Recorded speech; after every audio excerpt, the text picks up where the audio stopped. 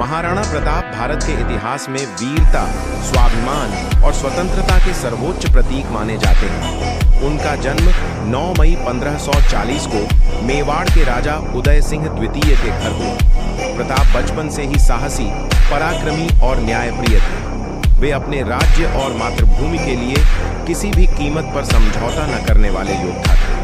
अकबर चाहता था कि मेवाड़ भी उसकी अधीनता स्वीकार करे, परंतु महाराणा प्रताप ने कभी झुकना स्वीकार नहीं किया। उन्होंने स्पष्ट कहा कि मेवाड़ की आज़ादी उनके लिए जीवन से भी अधिक महत्वपूर्ण है। इसी सिद्धांत के कारण 1576 में हल्दी घाटी का प्रसिद्ध युद्ध हुआ।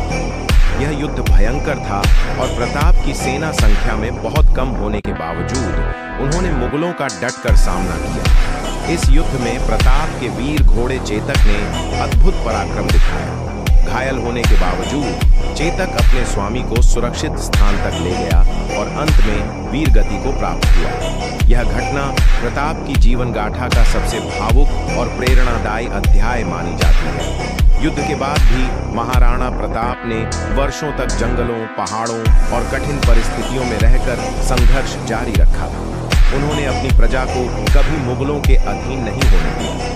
अंततः अपने परिश्रम और दृढ़ संकल्प से उन्होंने मेवाड़ के बड़े हिस्से को फिर से स्वतंत्र करवाया। महाराणा प्रताप का जीवन हमें सिखाता है कि स्वाभिमान और स्वतंत्रता के लिए कठिन से कठिन संघर्ष भी सार्थक होता है। वे सदैव साहस, त्याग और देशभक्ति के प्रेरणा स्रोत बने रहेंगे।